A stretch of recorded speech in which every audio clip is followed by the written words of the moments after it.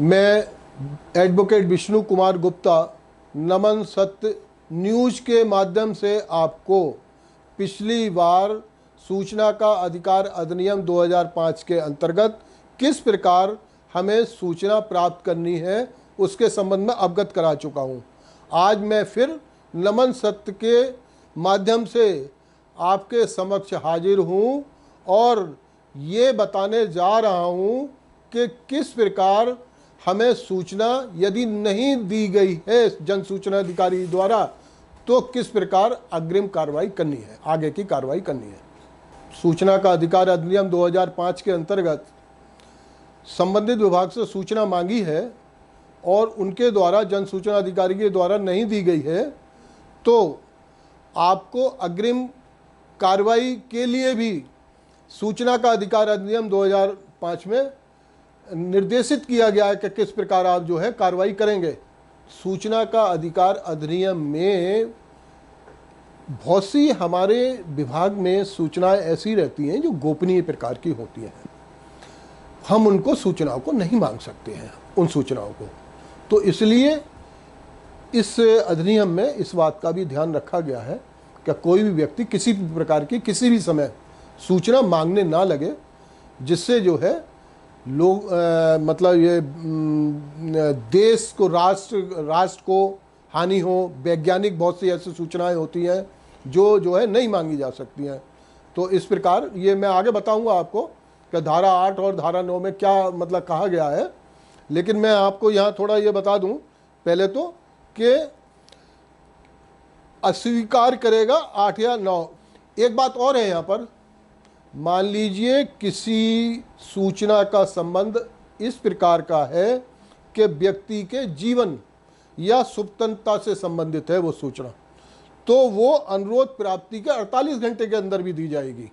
यहाँ तक सूचना का अधिकार अधिनियम में इस तरीके की बात लिखी हुई है। तो दूसरा ये है,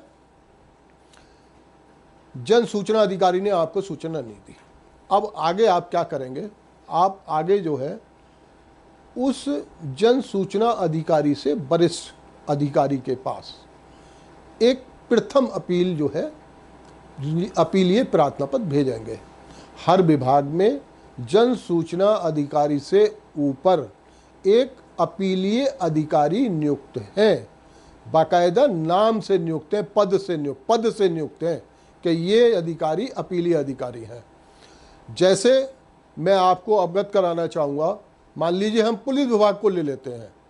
पुलिस विभाग में हमने मान लो यहाँ पर गाजियाबाद में जन सूचना अधिकारी को जो है एक प्रार्थना पत्र दिया, तो उसमें हम जन सूचना अधिकारी को एड्रेस किया, वहाँ से हमें मान लो सूचना नहीं मिली या हमें जितनी वांछित सूचना उतनी नहीं दी, आधी दी गई, तो हम अपीलीय अधिकारी यहाँ पर वरिष्ठ पुलिस अधीक्षक हैं तो उनको हम करेंगे दूसरी मतलब प्रथम अपील।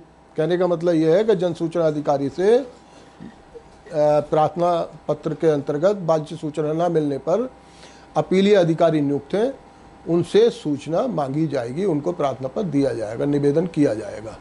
यहाँ पर अब कोई फीस हमें नहीं देनी है, फीस एक बार ही देनी है जो 10 रुपये शुल्क है। लेकिन यहाँ पर शासन ने ये एक्ट के अंतर्गत थोड़ा ये भी लिखा हुआ है कि वो भी मैं आपको आगे जाके बताऊंगा कि मान लिए कोई प्रतिलिपि ज़्यादा है तो उसका शुल्क भी इसके अंतर्गत निर्धारित है। वो शुल्क हमें पर पेज देकर हम जो है वो अवेलेबल उपलब्ध होगा हमें जो है। तो दोस्तों में यही मैंने बताया आपको कि प्रत्येक विभाग में अपीलीय अधिकारी हैं, उनको आप सूचना ना मिलने पर निवेदन करें और आपको सूचना मिलेगी। वो डायरेक्ट करेंगे जन सूचना अधिकारी को कि आप जो है सूचना दीजिए, जो हमारे रिकॉर्ड में है वो आप सूचना दीजिए। वो मैं बता चुका हूँ कि जो रिकॉर्ड में नहीं है वो नहीं मिलनी है, या धारा 8 धारा 9 के अंतर्गत जो उल्लिखित है वो आपको नहीं मिलनी है, तो हमें ऐसी सूचना मांगनी ही नहीं चाहिए पहली बात तो इस तरीके से यहाँ यही है। अब मैं धारा 8 के बारे में आपको अवगत करा देता हूं। धारा 8 में ये लिखा हुआ है, सूचना के प्रकट किए जाने से छूट। इसमें का, जैसे धारा 8 है उसकी उपधारा का, खा, गा, घा, डा, चा, छा, जा, झा, झा तक है। कहने का मतलब का से झा तक ये लिखा हुआ है। तो इसमें मैं आपको सूक्ष्म में बता देता हूं थोड़ा सा। जैसे का में लिखा हुआ है, जिसके प्रकटन से भारत की प्रभुता और अखंडता, राज्य की सुरक्षा, रणनीति, आर्थिक हित, विदेश से संबंध पर प्रतिकूल प्रभाव पड़ता हो, ये का में लिखा हुआ है। अब मैं खा के बारे में बताता हूं आपको। जैसे धारा 8 की खा, उपधारा खा क्या कह रही है, ऐसी सूचना जिसके प्रकटन से किसी न्यायालय या अधिकरण द्वारा निषिद्ध किया गया हो, मतलब रोक लगाई गई हो, वो सूचना आपको नहीं मिलेगी। दूसरा, ऐसी सूचना, अब मैं गा की बात करता हूं आपसे, जिसके प्रकटन से संसद या किसी राज्य के विधानमंडल के विशेषाधिकार भंग हो सकते हो, ऐसी सूचना आपको नहीं मिलेगी। ऐसी सूचना भी आपको नहीं मिलेगी जो किसी तीसरे पक्षकार की प्रतियोगी स्थिति को नुकसान पहुंचाता हो। बहुत से व्यक्ति ऐसे हैं, मान लो लालचवश वो ऐसी सूचना लेना चाहें कि जो उनके लिए लाभप्रद हो, लेकिन जो तीसरा पक्ष है वो उसकी सूचना मिल गई तो उसको नुकसान हो जाएगा। मतलब प्रतियोगी स्थिति से मतलब है यहाँ पर, तो उसको नुकसान हो जाएगा। इसलिए वो सूचना आपको उस कार्यालय से नहीं मिलेगी।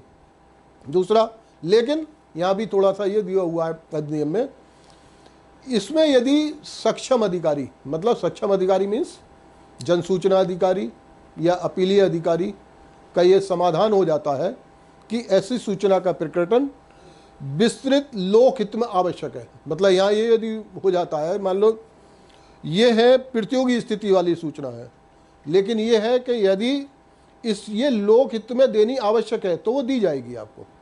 यहाँ जनहित जुड़ जाता है। दूसरी, किसी ऐसी सूचना जो वैज्ञानिक टाइप की हो, मतलब जिसमें विज्ञान से जुड़ी मतलब जो है सूचना है, वो आपको नहीं मिलेंगी। तो इस तरीके से ये सब दिया हुआ है। अच्छा, जिसके प्रकटन करने से अन्वेषण या अपराधियों को गिरफ्तार करने या अभियोजन की प्रक्रिया में अड़चन आए, वो सूचना आपको नहीं मिलेगी। तो कहने का मतलब ये है कि आपको वो सूचना मिलेगी। देखिए, सबसे मुख्य बात अब मैं आपको और बताऊं, यहाँ पे वो सूचना आपको मिलेगी दोस्तों जो इसमें एक स्पष्ट लिखा हुआ है, परंतु ऐसी सूचना से जिसको यथा स्थिति संसद या किसी राज्य विधानमंडल को देने से इनकार नहीं किया जा सकता है। किसी व्यक्ति को इनकार नहीं किया जा सकता। आप इस बात को मैं आपको फिर दोबारा दोहरा देता हूं, जो सूचना विभाग, विधानमंडल, राज्य का विधानमंडल या संसद में प्रस्तुत करने के लिए बाध्य है, मतलब इनकार नहीं कर सकता, तो वो सूचना आपको मिलेगी। जो सूचना वहाँ प्रस्तुत नहीं की जा सकती है वो सूचना आपको नहीं मिलेगी। ये इसमें एक मुख्य बात लास्ट में आखिर में लिखी हुई है। तो मेरा मानना यही है कि चूंकि मानना क्या है, ये तो अधिनियम है, अधिनियम में इसकी प्रस्तावना में ये सबसे मुख्य बात है कि ये अधिनियम इसलिए लाया गया है, शासन एवं प्रशासन की कार्यप्रणाली में पारदर्शिता लाना और जवाबदेही बढ़ाना और भ्रष्टाचार पे अंकुश लगाने के लिए सूचना का अधिकार अधिनियम 2005 को लाया गया है। और कोई भी भारतीय नागरिक इस अधिनियम के अंतर्गत सूचना लेने के लिए स्वतंत्र है। उसको कोई भी विभाग ये नहीं कह सकता कि आपको किस लिए सूचना चाहिए। कोई भी जो है इस प्रकार का आपको क्वेश्चन नहीं कर सकता है कि आपको सूचना क्यों दी जाए, आपको क्यों चाहिए। यदि आपको प्रथम अपीलीय अधिकारी, मैंने बताया कि प्रत्येक विभाग में अपीलीय अधिकारी नियुक्त हैं, जनसूचना अधिकारी से बड़े पद के। उसके बाद फिर इस अधिनियम के अंतर्गत प्रत्येक प्रदेश में मुख्य सूचना आयुक्त नियुक्त हैं, राज्य मुख्य सूचना आयुक्त। तो प्रदेश सरकार से संबंधित विभाग राज्य मुख्य सूचना आयुक्त के अंतर्गत आते हैं और केंद्रीय विभाग केंद्रीय मुख्य सूचना आयुक्त के अंतर्गत आते हैं। तो मान लीजिए हमारा कोई राज्य से संबंधित विभाग है, तब हम उत्तर प्रदेश की बात करते हैं। उत्तर प्रदेश में लखनऊ में राज्य मुख्य सूचना आयुक्त नियुक्त हैं, उनके साथ ही सूचना आयुक्त नियुक्त हैं जो पूरे उत्तर प्रदेश के जनपदों से जो द्वितीय अपील कहते हैं, वहाँ जो जाती है वो द्वितीय अपील जाती है, तो उसको जो है उसका निपटारा करते हैं। और उसका यही है कि यदि हमें अपीलीय अधिकारी ने सूचना नहीं दी है, प्रथम अपीलीय अधिकारी ने सूचना नहीं दी है, प्रथम अपीलर, तब हम 90 दिन के अंदर, 90 दिन मीन्स मेरा यह है मतलब कि जिस दिन हमको सूचना मिलनी थी, मतलब 30 दिन हमने प्रथम जनसूचना अधिकारी को निवेदन किया था, तो हमें 30 दिन के अंदर वो सूचना मिलनी चाहिए थी। हमें नहीं मिली या मिली, यहाँ कोई सब्जेक्ट नहीं है, यहाँ पर कोई इसका विषय नहीं है। विषय ये है 30 दिन। तब 90 दिन के अंदर हम वो द्वितीय अपील मुख्य सूचना आयुक्त कार्यालय पर भेज सकते हैं। वहाँ पर वो रजिस्टर्ड होगी बाकायदा सूचना। उसके बाद एक बाकायदा वहाँ अब जो है एक प्रेस्क्राइब्ड प्रोफार्मा नियत कर दिया गया है। उस प्रोफार्मा के अंतर्गत जो है सूचना मांगी जाती है, 3 प्रतियों में जाती है वो सूचना, और हम भेजते हैं। भेजने के बाद जो है तब मुख्य सूचना आयुक्त कार्यालय से वो जो है संबंधित जन सूचना अधिकारी को हमारी भी प्रतिलिपि भेजी जाती है। चूँकि हम 3 प्रतियों में भेजते हैं कि आप उनसे फिर जवाब मांगा जाता है, तो संबंधित अधिकारी जो है फिर उसमें संबंधित अधिकारी के विरुद्ध या संबंधित अधिकारी से कार्रवाई मतलब शुरू हो जाती है कि आपने सूचना क्यों नहीं दी है और ये हमारे पास शिकायत क्यों आई है। कहने का मतलब उस शिकायत का निस्तारण मुख्य सूचना आयुक्त कार्यालय से होना शुरू हो जाता है। तो इस तरीके से आपने जो है राज्य मुख्य सूचना आयुक्त कार्यालय में द्वितीय अपील प्रेषित की। ये धारा 19 के अंतर्गत अपील है। तो अब इसमें यही आपका निस्तारण होना है कि आपको सूचना दी जानी है, नहीं दी जानी है, आपको सूचना भ्रामक दी गई है, आपको सूचना गलत दी गई है। ये सारा कुछ आयोग द्वारा निर्णय होगा। तो इसमें आप पूरी बात लिखेंगे अपने निवेदन में, जो आप माननीय सूचना आयोग कार्यालय उत्तर प्रदेश सूचना आयोग कार्यालय को अपना जो निवेदन के मैंने संबंधित जन सूचना अधिकारी का नाम देते हुए प्रथम आप ये कहेंगे कि मैंने ये सूचना मांगी थी, और आपको यहाँ ये देना है, आपको सूचना आदि मिली, सूचना आपको भ्रामक मिली, सूचना आपको गलत मिली, सूचना आपको नहीं दी गई, ये सारा कुछ आपको यहाँ लिखना है, अपनी बात लिखनी है कि आपको के साथ, आपकी सूचना के साथ क्या कार्रवाई जन सूचना अधिकारी द्वारा की गई। फिर आप ये लिखेंगे कि जन सूचना अधिकारी ने जैसे भी आपको स्थिति से सूचना दी, नहीं दी, गलत दी, भ्रामक दी, कि मैंने प्रथम अपील अपीली अधिकारी को की, तो वहाँ से भी आपको सूचना मिली, नहीं मिली, फिर आपको अधूरी मिली, भ्रामक मिली, गलत मिली, वो सारा आप सिजरा लिखेंगे उसी प्रार्थना पत्र में, जिससे माननीय आयोग को पूरी जानकारी आपके केस के संबंध में हो सके कि आपके साथ किस तरीके से अधिनियम के प्रावधानों का उल्लंघन किया गया है। उसके बाद आप निवेदन करेंगे। अब यहाँ एक बहुत ही मुख्य बात है, अधिनियम सूचना का अधिकार अधिनियम 2005 की धारा 20 में यदि आपको सूचना नहीं मिली है तो दंडात्मक कार्रवाई, संबंधित जन सूचना अधिकारी के विरुद्ध दंडात्मक कार्रवाई का उल्लेख किया गया है। तो माननीय आयोग यदि इस बात को मतलब संज्ञान में ले लेता है, इस बात को निश्चय कर लेता है कि आपको निर्धारित समय में सूचना नहीं दी गई है, सूचना प्रदान आपको ना करने पर, इनकार करने पर, अथवा साक्ष्य गलत, अपूर्ण या भ्रामक सूचना आपको दी हो, आपने कोई सूचना मांगी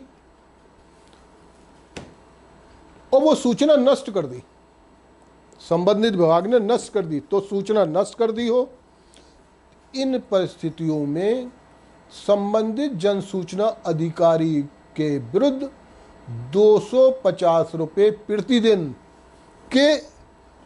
प्रतिदिन के हिसाब से अर्थदंड लगाया जाएगा माननीय आयोग द्वारा। ये अर्थदंड 25,000 रुपये से ज़्यादा नहीं हो जाए, ये भी उसमें प्रावधान दिया गया है। अब इसमें मैं एक बात और आपको यहाँ अवगत कराना चाहूँगा कि धारा 20 की उपधारा 2 के अंतर्गत यह भी निश्चित किया गया है कि यदि यह साबित हो जाए कि बिना किसी समुचित कारण के आवेदन नहीं लिया, अब मैंने आपको बताया ना, जैसे आप गए संबंधित विभाग में, वहाँ आवेदन नहीं लिया और आपने यदि ये सिद्ध कर दिया कि ये आवेदन मैं संबंधित विभाग में गया और मुझसे आवेदन नहीं लिया गया, ऐसी परिस्थिति में दूसरा सूचना नहीं दी, साक्ष्य गलत, भ्रामक, अपूर्ण सूचना दी है, तो संबंधित जन सूचना अधिकारी के विरुद्ध प्रचलित सेवा नियमों के अंतर्गत